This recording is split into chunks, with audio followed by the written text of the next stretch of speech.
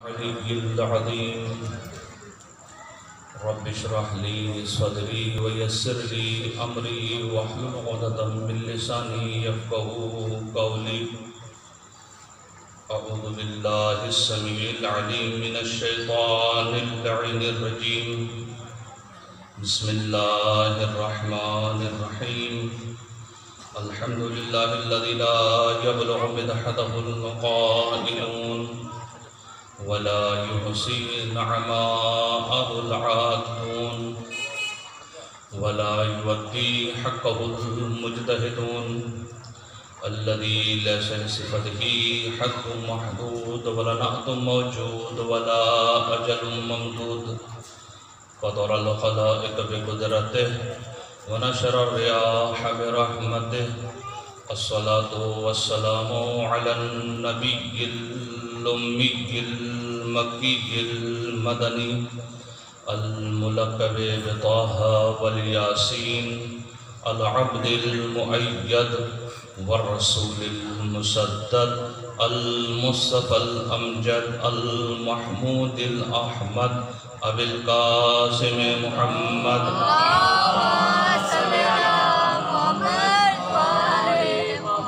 وعلى آل بيته الطيبين الطاهرين المعصومين المنتجبين المنتخبين لا سيما بقية الله المنتظر الحجة الثاني عشر. ولعنة الله على أعدائهم أجمعين. أما بعد فقد قال الله تبارك وتعالى في القرآن الحكيم ومحكم كتابه الحميد وأصدق الصادقين وقوله الحق. بسم الله الرحمن الرحيم. والعصر إن الإنسان لفي خسر إلا الذين آمنوا وعملوا الصالحات وتواصوا بالحق وتواصوا بالصبر. الصلوات. صل على محمد وآل محمد. سامعین محترم، آپ کے سامنے سورہ عصر کی تلاوت کرنے کا شرف حاصل کیا. عنوان گفتگو ہے قرآن اور معرفت اہل بیت. ارشاد رب العزت ہے والعصر ان الانسان لفی خسر. قسم ہے زمانے کی، بے شک انسان خسارے میں ہے. اور جو ہم نے تفسیر بیان کی اہل بیت علیہ السلام کی روایات کی روشنی میں، والعصر قسم ہے امام زمانہ کی، بے شک دشمن اہل بیت خسارے میں ہیں. الا الذین آمنوا وعملوا الصالحات، مگر وہ انسان خسارے میں نہیں ہے جو صاحب ایمان ہے اور صاحب کردار ہے. وتواصوا بالحق وتواصوا بالصبر، اور وہ انسان بھی خسارے میں نہیں ہے جو ایک دوسرے کو حق و صبر کی تلقین کرتے رہتے ہیں. سلسلہ گفتگو کو والعصر ان الانسان لفی خسر سے گزارتے ہوئے جلدی پہنچے ہیں الا الذین آمنوا پر، کہ ایمان لانا ہے کس پر؟ یہ جو ایمان کہا جا رہا ہے کہ ایمان لے کر آؤ، کس پر ایمان لے کر آئیں؟ السلام علیکم. ارشاد ہوا سورہ تغابن میں فآمنوا باللہ ورسولہ ونور الذی انزلنا، کہ اللہ پر ایمان لاؤ، اس کے رسول پر ایمان لاؤ، اور اس نور پر ایمان لاؤ کہ جس کو ہم نے نازل کیا. ایسا نہیں کہ کل میں نے عرض کیا تھا کہ اب گفتگو جو ہے ہماری وہ ہوگی کہ پروردگار عالم نے قرآن مجید میں تیسرے کا نام ذکر نہیں کیا. یہ سنت الہیہ ہے کہ وہ تیسرے کا نام ذکر نہیں کرتا. یا تو صفات کو بیان کر دیتا ہے یا فقط جو ہے اشارہ کرتا ہے. اب سمجھنا آپ کا کام ہے. اب کس طریقے سے سمجھیں گے؟ آج اس کو میں نے جو وہ بیان کرنا ہے، کس طریقے سے ہم تفصیل کو بیان کریں گے. یہ حدیث جو ہے بہرحال اپنے اذہان عالیہ میں بٹھا لیں کہ پیغمبر اکرم صلی اللہ علیہ وآلہ وسلم نے ارشاد فرمایا یا علی، میں تنزیل پر جنگ کروں گا اور تم تعویل پر جنگ کرو گے. یعنی میری جنگ تنزیل پر ہوگی جب قرآن نازل ہو رہا ہوگا کہ یہ آیت نازل ہوئی، میں بیان کروں گا یوں ہے. لیکن میرے بعد جو ہے تم اس آیات کی تعویل بیان کرو گے، اس پر ہمارے ساتھ بھی جنگ کی جائے گی. یہ معنی کہاں سے لے لیا؟ تو عزیزان گرامی، سب میں پہلے کا لفظ کیا تھا فآمنوا باللہ، کہ اللہ پر ایمان لانا ہے. اور الحمدللہ عرض کیا تھا کہ ہم سب کا، جتنے بھی مسلمان ہیں، سب کا عقیدہ توحید پر ہے کہ لا الہ الا اللہ، کہ کوئی معبود نہیں ہے سوائے اللہ کے، اور نفی اور اثبات کلمے میں پایا جاتا ہے، یعنی گویا کہ کلمے کے دو رکن ہیں، ایک نفی ہے اور ایک اثبات ہے، ایک جھٹلانا ہے اور دوسرا جو ہے ثابت کرنا ہے۔ لا الہ نہیں ہے کوئی معبود الا اللہ، مگر ہے اللہ۔ میں نے کہا تھا یہی پہلی مجلس میں یہی عرض کیا تھا کہ خود ہمارا کلمہ توحید جسے ہم کہتے ہیں اس میں نفی اور اثبات پایا جاتا ہے، یہی تولا ہے، یہی تبرہ ہے، فرق نہیں ہے، یہی تولا ہے اور یہی تبرہ ہے۔ تولا کیا ہے؟ محبت کرنا، تبرہ کیا ہے؟ نفرت کرنا۔ اور یہ نفی اور اثبات جو ہے کلمہ توحید میں یہ لا الہ نہیں ہے کوئی معبود، نفی کر دو، پہلے تبرہ کرو، نہیں ہے کوئی معبود، پھر کہیں گے اللہ، اگر کوئی ہے تو وہ معبود اللہ ہے، یعنی کیا ہے؟ تولا، یعنی تولا اور تبرہ جسے ہمارے ہاں کہتے ہیں کہ واجبات میں سے ہے، فروع دین میں سے ہے، وہ یہی ہے، ہم کچھ اور چیز کو بیان نہیں کرتے، اچھوں کو دوست رکھتے ہیں، بروں سے نفرت کرتے ہیں، اور یہ ہر انسان میں پایا جاتا ہے، یہ فطرت انسانی میں چیز پروردگار نے بدیت کی ہے، اچھی چیز کو دوست رکھو اور برے سے نفرت کرو۔ سچائی کو ہر شخص دوست رکھتا ہے اور برائی سے نفرت کرتا ہے، یہی کیا؟ یہی تولا ہے، یہی تبرہ ہے، یہی تولا ہے اور یہی تبرہ ہے۔ ایسے کریں سچ بولیے، سچ کے سوا کچھ نہیں بولیے، اور اسی میں نجات ہے۔ اور قرآن نے بھی کہا ہے وَكُونُوا مَعَ الصَّادِقِينَ، کہ سچوں کے ساتھ ہو جاؤ۔ خدا نے نہیں کہا جھوٹوں کے ساتھ ہو جاؤ، کہا سچوں کے ساتھ ہو جاؤ، اور جھوٹوں کے لیے کیا کہا؟ وَلَعْنَةُ اللَّهِ عَلَى الْكَاذِبِينَ۔ صلوات پڑھیں مل کر محمد وآلہ محمد۔ بہرحال ایک واقعہ عرض کرتا چلوں، بات آ گئی تو عرض کر دوں کہ ایک شخص پیغمبر کی خدمت میں آیا اور آنے کے بعد کہا کہ یا رسول اللہ، میں بہت گناہگار انسان ہوں، میں نے بہت گناہ انجام دیے ہیں اور انجام دیتا ہوں، لیکن تمام گناہوں کو چھوڑنے پر قادر نہیں ہوں، ایسا کریں کہ مجھے اجازت دیں، کوئی ایک گناہ میں چھوڑ سکتا ہوں۔ پیغمبر نے کہا ایک گناہ چھوڑ دو گے؟ کہا ہاں، جھوٹ چھوڑ، جھوٹ چھوڑ دو۔ خوش ہو گیا کہ اللہ کے حبیب نے مجھے اور گناہ کہا کہ انجام دینے، جھوٹ ہی نہیں بولنا، جھوٹ نہیں بولنا، ٹھیک ہے، صحیح ہے۔ عزیزان گرامی، اب یہ کیا کرتا ہے؟ جاتا ہے شراب پینے کے لیے، جیسے شراب کی طرف ہاتھ بڑھاتا ہے، خیال آتا ہے کہ اگر رسول نے پوچھ لیا کہ شراب تو نہیں پی تھی، جھوٹ تو بولنا نہیں ہے، شراب کو چھوڑ دیا۔ کہیں چوری کرنے کے لیے گیا، جیسے چوری کرنے کا ارادہ کیا فوراً ذہن میں آ گیا کہ اللہ کے حبیب نے اگر یہ پوچھ لیا کہ چوری تو نہیں کی تھی، جھوٹ تو بولنا نہیں، جھوٹ بولنا نہیں ہے، چوری کو چھوڑنا۔ کہتے ہیں اس طریقے سے جس برے کام میں ہاتھ بڑھا رہا تھا، دل سے ایک آواز آ رہی تھی کہ اللہ کے حبیب نے کہا جھوٹ نہیں بولنا ہے، فقط ایک گناہ چھوڑ دو۔ تو اللہ کے حبیب نے اسی کے بارے میں پوچھ لیا تو میں کیا جواب دوں گا؟ کہتے ہیں کہ ایک جھوٹ کی وجہ سے اس نے سارے گناہ چھوڑ دیے۔ صلوات پڑھیں مل کر محمد وآلہ محمد۔ اس لیے روایت میں ملتا ہے الکذب مفتاح کل شر، کہ جھوٹ تمام برائیوں کی چابی ہے۔ تمام برائیوں کی چابی کیا ہے؟ جھوٹ ہے۔ اور عزیزان کرام، یہی جھوٹ جو ہے، اس لیے مشہور کہاوت ہے اردو میں، آپ کے یہاں بھی ہوگی، ایک جھوٹ بولنے کے لیے 100 جھوٹ بولنے پڑتے ہیں۔ اور عزیزان کرام، یہ جو بچے ہیں، توجہ بھی دیکھا، یہ جو بچے ہیں اللہ کی امانت ہے ہمارے پاس، یہ بچے فطرتاً جھوٹ نہیں بولتے، ہم سکھاتے ہیں، بچے فطرتاً جھوٹ نہیں بولتے، بچوں کی فطرت میں سچ ہے، اور اتنے سچے ہوتے ہیں بچے کہ آپ گھر میں ہیں اور باہر ملنے کے لیے کوئی آیا اور آپ نے کہا جاؤ بیٹا کہہ دو کہ ابو گھر پہ نہیں ہے، تو جا کے کیا کہتا ہے کہ ابو کہہ رہے میں گھر پہ نہیں ہوں۔ اتنا سچا ہوتا ہے بچہ.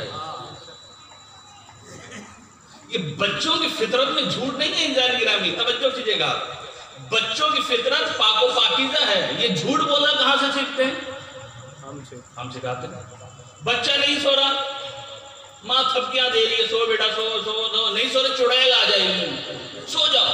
ابھی دیکھا ہو ہاؤ بھابا آ رہا ہے، نہ ہاؤ بھاوے نے آنا ہے، چڑیل نے آنا ہے. کیوں جھوٹ بول کے بچے کو سلا رہے ہیں؟ آپ کے ہاتھ میں چابی ہے، بچہ چابی مانگ رہا ہے، آپ دینا نہیں چاہتے تو نہ دیجیے. لیکن آپ کیا کرتے ہیں؟ او ہاتھ او دیکھو چڑیا لے گئی. لیکن فطرت بچہ دیکھیے گا، وہ اوپر نہیں دیکھتا، وہ نیچے دیکھتا ہے کہ کہاں چھپائی ہے. غور کیجیے گا، بچہ کبھی اوپر نہیں دیکھتا کہ چڑیا لے گئی. بچہ ادھر ادھر دیکھتا ہے کہ گئی کہاں چابی. بچے کی فطرت میں بھی شامل ہے سچ، وہ بھی دیکھتا ہے کہ کوئی نہیں چڑیا لے کر ابا نے کہ چھپائی ہے. توجہ کیجیے گا، بچے معصوم ہیں. نقطہ دے رہا ہوں، بچے معصوم ہیں. اب خدا نے ہمیں جب امانت دی ہے تو معصوم امانت دی ہے، اور امانت میں خیانت جائز نہیں ہے. جب اب امانت واپس کرنی ہے تو امانت کیسے واپس کریں؟ معصوم، یعنی معصوم بچے لیے تو معصوم بچے دیجئے. تو اب کوئی گود تلاش کرنا پڑے گی کہ جس نے معصوم بچے لیے ہیں، معصوم بچے دیے ہیں. تو تاریخ کہتی ہے وہ کوئی اور گود نہیں، گود فاطمہ ہے کہ جس نے معصوم لیے ہیں، معصوم دیے ہیں. پاک سیدات صلوات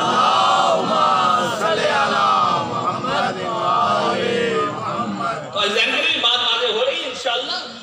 میں زیادہ تمہیدی گفتگو میں نہ جاؤں.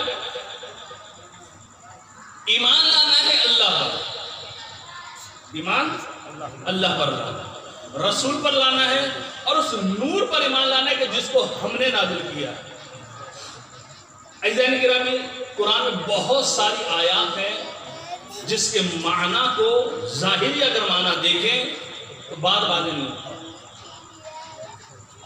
جب تک اس کا باطنی معنی نہ لیں. ظاہری معنی سے باطنی معنی کی طرف پلٹنے کا نام کیا ہے؟ تعویل. عزیزان کرام، یہ علوم قرآن کی بحث ہے جو میں بالکل آسان الفاظ میں سمجھانا چاہ رہا ہوں، کوئی زیادہ دقیق بحث نہیں کرنا چاہ رہا. ظاہری معنی سے باطنی معنی لے لیں. والعصر ہم نے کہا قسم زمانے کی ظاہری معنی ہے، لیکن ائمہ تحریر کی ہم نے روایت ہے کہ وہاں کا والعصر امام زمانہ، ہم نے کہا والعصر قسم ہے امام زمانہ کی. یہ جو ہم نے معنی کیا امام زمانہ کہاں سے کیا؟ روایت اہل بیت سے. تو اب یہ کیا ہو جائے گا کہ تعویل بیان کی ہے والعصر کی. ہم نے کہا ان الانسان لفی خسر، بے شک انسان خسارے میں ہے. انسان کون سا انسان؟ پھر ہم گئے روایات کی طرف. روایت نے بتایا اعداؤنا، ہمارے دشمن مراد ہے اس انسان سے. ہم نے فوراً کا دشمن اہل بیت، یعنی جو انسان کا معنی ہم نے کہہ دیا بے شک دشمن اہل بیت خسارے میں ہے. یہ ہم نے کیا تعویل. اب تعویل کرے گا کون؟ توجہ کیجیے، اس معنی کو بیان کون کرے گا؟ میں اور آپ؟ میں اور آپ تو کر ہی نہیں سکتے. ہمیں کیا پتا ادھر مراد کیا لی ہے؟ توجہ کیجیے گا، میں اور آپ جو مراد نہیں سمجھ سکتے، نہ بیان کر سکتے ہیں. کون بیان کرے گا؟ یا تو وہ بیان کرے کہ جس نے نازل کی ہے، یا وہ بیان کرے کہ جس پر نازل ہوئی ہے. توجہ کیجیے گا، یا اللہ بیان کرے یا خلاصہ کرو محمد والے محمد بیان کرے. میں اور آپ بیان نہیں کر سکتے. میں مثال دیتا ہوں، واقعہ پیش کر دوں تاکہ میری بات کو تھوڑا سا استحکام پیدا ہو جائے. اسحاق کندی 11ویں امام کے زمانے میں زندگی گزار رہا ہے، اور 11ویں امام کے زمانے میں جب یہ زندگی گزار رہا ہے تو اس نے ایک کتاب لکھ رہا ہے تناقض القرآن، کہ ایک آیت دوسری آیت سے ٹکرا رہی ہے. ظاہر ہے اگر میں کہوں انسان ہوں، خطا کار ہوں، 23 سال میں قرآن نازل ہوا، کبھی کچھ کہہ دیا ہوگا، بعد میں کچھ کہہ رہا ہوں. یہ تو انسان کر سکتا ہے لیکن وہ ذات نہیں کر سکتے. لیکن اس کے ذہن میں خط سوار ہو گیا کہ قرآن میں تناقض پایا جاتا ہے. میں ایک مثال دے رہا ہوں، مثالیں بہت زیادہ قرآن میں. تھا رب المشرق والمغرب، کہیں پر کہا رب المشرقین والمغربین. یہ کیا ہو گیا؟ ایک جگہ کا رب المشرق والمغرب، ایک مشرق ایک مغرب، اور دوسری جگہ کیا کہا؟ رب المشرقین والمغربین، دو مشرق ہیں دو مغرب ہیں. ان کے رب کی قسم، تناقض سے ہو گیا نا. کہیں پہ کہا رب المشارق والمغارب، واہ واہ واہ واہ، تو اور تناقض ہو گئی ہے. ادھر ایک تھا دو تک تو کئی مشرق ہے کئی مغرب ہیں.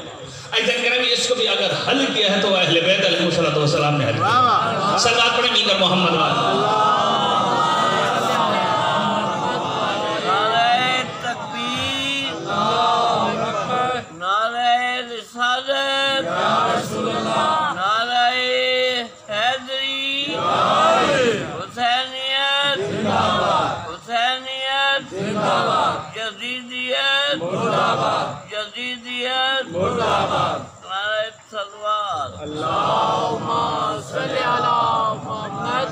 اب یہ کتاب لکھ رہا ہے تناقض القرآن کہ ایک آیت دوسری آیت سے ٹکرا رہی، اور ظاہر ہے نام دیکھنے میں ٹکرا رہی.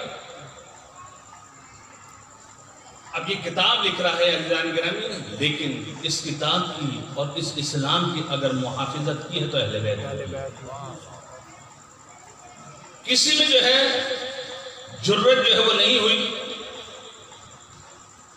کسی میں جرت نہیں ہوئی کہ اس کو روک سکے. لیکن جو اس کا شاگرد ہے وہ امام کا صحابی بھی ہے. امام کو خبر چلتی ہے 11ویں امام کو کہ یہ کتاب لکھی جا رہی ہے.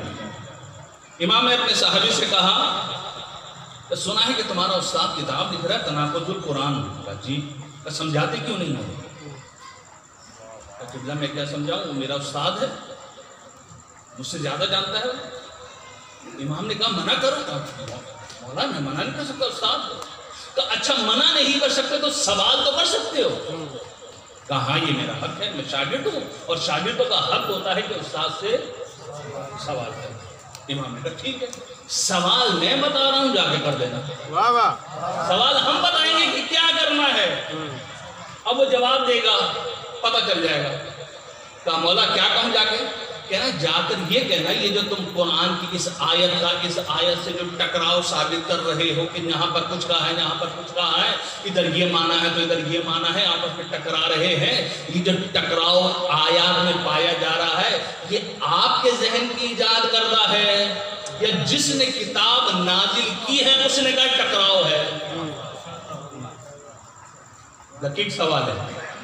یہ میرے ذہن کی ایجاد کردہ ہے یا اس نے جو نازل کی ہے اس نے کہا یہ ٹکراؤ ہے؟ یہ چلا گیا. اور جب گیا استاد بھی جیسے خدمت کر رہا کرتا ہے اور کرتے کہتے ہیں استاد ایک سوال آج ذہن میں بیٹھے بیٹھے آ گیا. کیا سوال آیا؟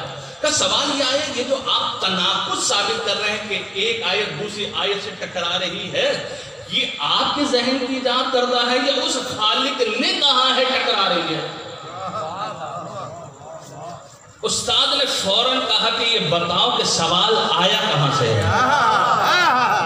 سوال آیا کہاں سے؟ کہا استاد بیٹھا ہوا تھا سوچ رہا تھا تو ایک دم ذہن میں آ گیا کہ تو ہے میرا شاگرد، میں ہوں تیرا استاد. جب استاد کے ذہن میں نہیں آیا تو شاگرد کے ذہن میں کہاں سے آ گیا؟ مجھے سچ سچ بتا کہ یہ سوال آیا کہاں سے؟ تو فوراً کا امام حسن عسکری نے کہا تھا کہ ایسے سوال وہیں سے آیا کرتے ہیں. سلوات پڑھیں مل کر محمد آل محمد. ایسے سوال وہیں سے آتے ہیں. کہتے فوراً اس نے جو لکھا تھا سارا پھاڑ دیا اور جلا دیا. یہ تو میرے ذہن کی یاد کرتا ہے، میں سے کہہ رہا ہوں کہ تناقض ہے، اس نے کوئی کہا مجھے. تو عزیزان گرامی بس یہ جو قرآن کی آیات کی ہم تفسیر بیان کریں گے یا تو خود قرآن تفسیر بیان کرے کہ دیکھو ہم نے ادھر یہ کہا ہے، دوسری جگہ ہم یہ کہہ رہے ہیں، تیسری جگہ ہم نے یہ کہا، ان آیات کو ملا لو نتیجہ تمہارے سامنے آ جائے. اس کو کہتے ہیں تفسیر قرآن بالقرآن. تفسیر المیزان جا کر خالی دیکھ لیے گا، محمد حسین طباطبائی صاحب شیعوں میں. ایک ہوتا ہے کہ نہیں آیت کے ہم تفسیر بیان کر رہے ہیں روایت کے ذریعے سے، اس کو کہتے ہیں تفسیر روائی. البرہان ہے، نور الثقلین ہے، تفسیر ساقی، تفسیر اہل بیت علیہ السلام ہے، اور اہل سنت میں در المنصور ہے۔ پس یا تو قرآن کی آیت کی تفسیر قرآن کرے یا اہل بیت کریں، یعنی رسول بیان کریں یا ائمہ تحریر علیہ السلام بیان کریں، تو ہم ماننے کے لیے تیار ہیں۔ اگر کوئی اور تفسیر بیان کرتا ہے تو ہم اس کو ماننے کے لیے تیار نہیں ہیں، ہم نہیں تسلیم کرتے اس کو۔ ہم کہیں گے یا قرآن کی آیت دکھاؤ یا اہل بیت علیہ السلام کا قول دکھاؤ کہ انہوں نے اس کی تفسیر کو جو وہ بیان کیا ہے۔ اب اسی چیز کو میں ثابت کر رہا ہوں آیات اور روایات سے۔ ایتھن کرام نے کہا سورہ تغابن میں، توجہ میری طرف رکھیے گا، جلدی دامن وقت میں گنجائش نہیں ہے، فآمنوا باللہ ورسولہ والنور الذی انزلنا، اللہ پر ایمان لاؤ، رسول پر ایمان لاؤ، اور اس نور پر ایمان لاؤ جس کو ہم نے نازل کیا ہے۔ اب اس نور سے مراد کیا ہے؟ اب نور سے مراد اللہ لیں تو فآمنوا ہو چکا ہے، فآمنوا باللہ ہو چکا ہے۔ اس نور سے مراد جو ہے ہم کہیں کہ رسول ہے تو فآمنوا باللہ ورسولہ ہی ہو چکا ہے، تو رسول بھی نہیں ہے، بس نہ اللہ مراد ہے نہ رسول مراد ہے۔ اب اس نور سے مراد کچھ اور ہوگا، اب اس نور سے مراد کچھ اور ہوگا۔ تو اب دیکھیے کہ اللہ نور ہے، اللہ نور السماوات والارض، اللہ زمین اور آسمان کا نور ہے، پیغمبر ہے نور، قد جاءکم من اللہ نور و کتاب مبین، کہ تمہارے پاس ایک نور آیا اور ایک کتاب مبین آئی، تو اللہ بھی نور ہے، رسول بھی کیا ہے؟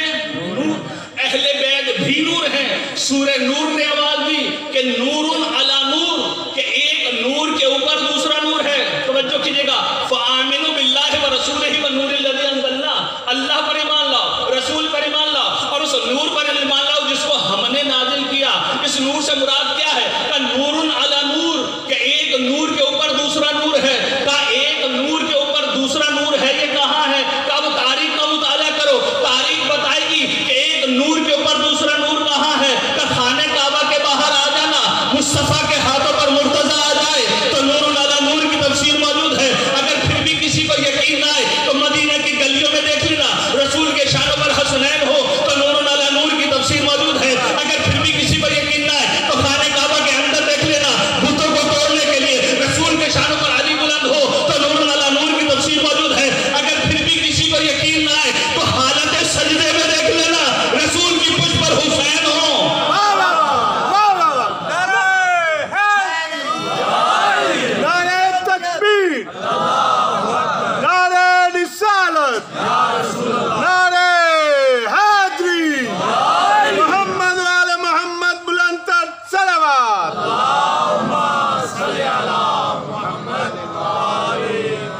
بس ایمان کس پر لانا ہے؟ صلوات پڑھیں مل کر محمد صلوات پڑھیں مل کر محمد۔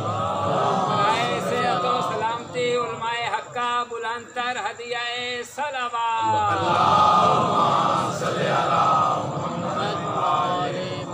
ہوتی نہ کیوں چشم تغافل میں روشنی، ہوتی نہ کیوں چشم تغافل میں روشنی، ہونٹوں پہ اختلاف کے تالے پڑے رہے، اور دروازہ شہر علم کھلا رہا، مگر کچھ لوگ جان بوجھ کر باہر کھڑے رہے۔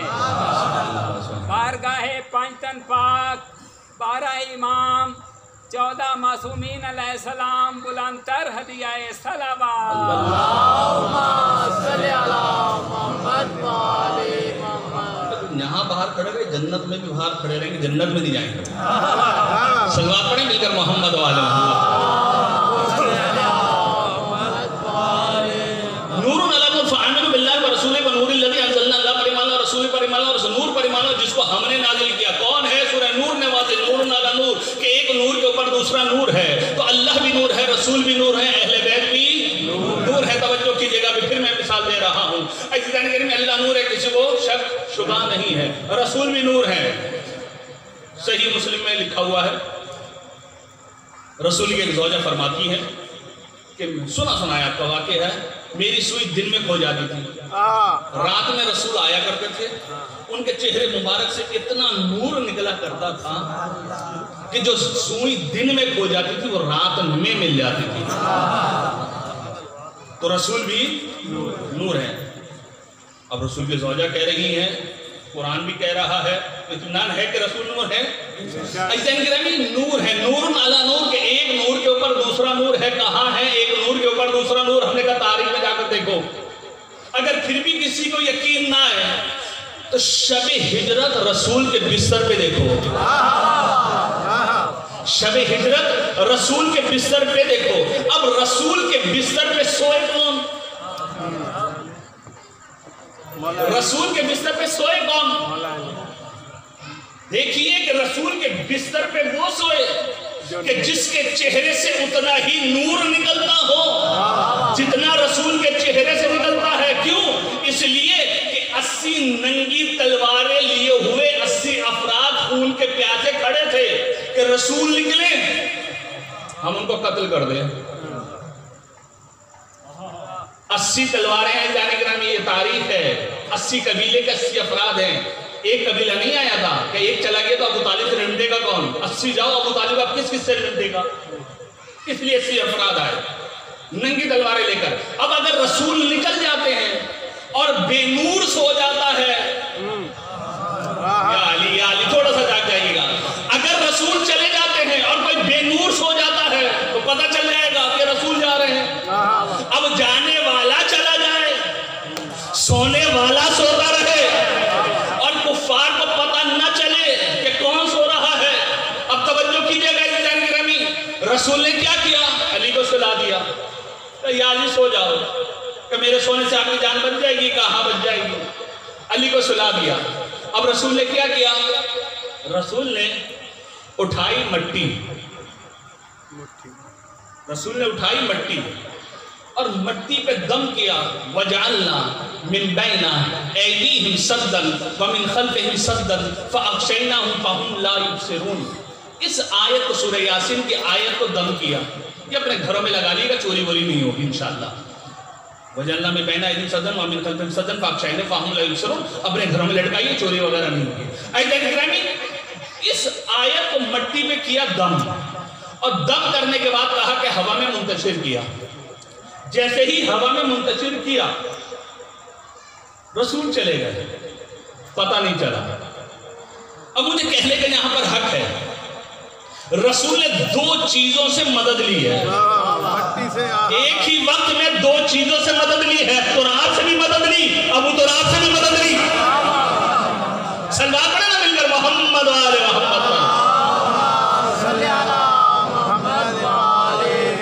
اس کے بعد میں نے آیت پیش کرنی ہے، لفاظیں نہیں کھیل رہا ہوں میں. رسول چلے گئے، سونے والا بستر پہ سوتا رہا. جب صبح نمودار ہوئی، کفار نے کیا کیا؟ عادت تو تھی نہیں دروازے سے آنے کی، دیوار کو پھلانگا. دیوار کو پھلانگا، چادر کو ہٹایا، دیکھا کہ یہ ولی ہے. تو عزیزان گرامی، جب رات چھٹی، توجہ کیجئے گا، اس سے بڑھ کر میں آگے نہیں کہوں گا، آپ کی سماعتوں کے نظر جملہ کر رہا ہوں. رات چھٹی، دیوار کو پھلانگا، چادر کو ہٹایا تو علی سمجھ میں آیا. تو بات سمجھ میں آ گئی. جب تک 3 حجاب رہیں گے علی سمجھ میں نہیں آئیں گے. ان 3 حجابوں کو ہٹاؤ، علی سمجھ میں آ جائے گا.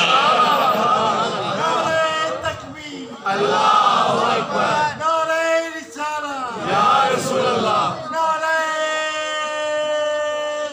حیدری یا علی. نعرہ تنویر. اللہم صلی علی محمد وآلِ محمد. گئے پیغمبر گئے، رات چھٹی، دیوار کو پھلانگا، چادر کو ہٹایا تو علی سمجھ میں آ گیا. تو عزیزان گرامی، پتہ نہ چلا کہ محمد سو رہا ہے یا علی سو رہا ہے. محمد سو رہا ہے یا علی سو رہا ہے. سمجھ میں کیوں نہیں آیا؟ رسول کی حدیث ہے ہمارے پاس، انا و علی من نور واحد، کہ میں اور علی ایک نور کے 2 حصے ہیں. سنیے نا حدیث، انا و علی من نور واحد، کہ میں اور علی ایک نور کے 2 حصے ہیں. 2 نور کے 2 حصے ہیں، نہیں ایک نور کے 2 حصے ہیں. اب اس کی مثال میں دے دوں بچوں کے لیے. دیکھیں میرے پاس یہاں پر 3 ایپل رکھے ہیں، سیب رکھے ہیں. میں نے ایک سیب اٹھایا اور اٹھانے کے بعد ایک پیس کاٹا اور میں نے کہا قبلہ ذائقہ تو بتائیں اس کا کیسا ہے. قبلہ نے لیا، قبلہ بہت میٹھا ہے. ہم نے دوسرا سیب اٹھایا، اس کا ایک پیس لیا. میں نے قبلہ اس کا ذائقہ بتائیے گا. انہوں نے قبلہ تھوڑا سا کھٹا ہے. ہم نے تیسرا سیب لیا، اس میں سے ایک پیس لیا، ہم نے کہا قبلہ ذائقہ بتائیں، قبلہ یہ تو بہت ہی میٹھا ہے، اسی میں سے دوسرا پیس لیا، ہم نے کہا اب اس کا ذائقہ بتائیے، کہا آقا اس میں تو 19-20 کا بھی فرق نہیں ہے۔ میں نے کہا یہ کیا ہو گیا؟ یہ کیا ہو گیا؟ پہلے پیس دیا بہت میٹھا تھا، دوسرا دیا تھوڑا سا کھٹا تھا، اب 2 پیس بعد میں دے رہے، دونوں میں 19-20 کا فرق بھی نہیں ہے، یہ کیوں؟ تو قبلہ جواب دے، قبلہ پہلے جو 2 پیس دیے تھے 2 ماہیتیں تھی، 2 سیب تھے، اس لیے ان میں فرق آ گیا۔ اب جو بعد میں 2 پیس دیے، ایک سیب کے 2 پیس ہیں، تو اللہ کا حبیب یہی کہہ رہا ہے کہ انا و علی من نور واحد، کہ میں اور علی ایک نور کے 2 حصے ہیں، جتنا نور میرے چہرے سے نکلتا ہے اتنا ہی نور علی کے چہرے سے نکلتا ہے۔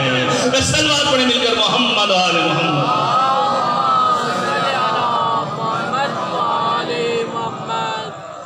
دیگر صلوات اللہم صلی علی محمد و آل محمد۔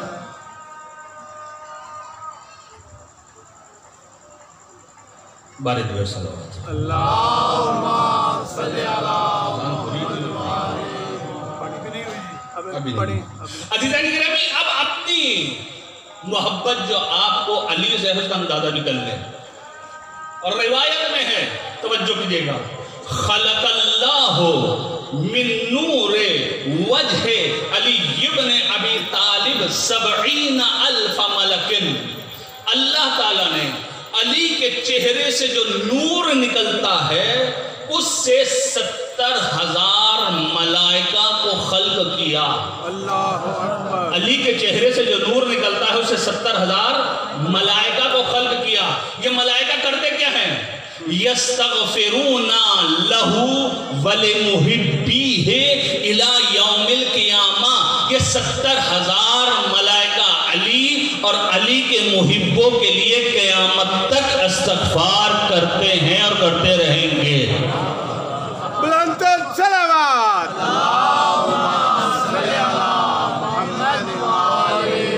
اندازہ لگا میرا اور آپ کے لیے کون استغفار کر رہا ہے؟ ملائکہ۔ ملائکہ ہیں کون؟ گنہگار یا معصوم؟ معصوم، یعنی جن ہستیوں کے لیے معصوم استغفار کرے اسے محب علی کہتے ہیں۔ صلوات پڑھیں مل کر محمد و آل محمد۔ تو ایک ذہن کریں نور علی نور کے، ایک نور کے اوپر دوسرا نور ہے۔ اب بات واضح ہو گئی، فآمنوا باللہ ورسولہ والنور الذی انزلنا۔ ایمان لاؤ کس پر؟ اللہ پر، رسول پر، نور پر، یعنی علی پر، یعنی اہل بیت علیہ السلام پر آپ کیا لے کر آئیں؟ ایمان لے کر آئیں۔ صلوات پڑھیں مل کر محمد۔ اللہم صلی علی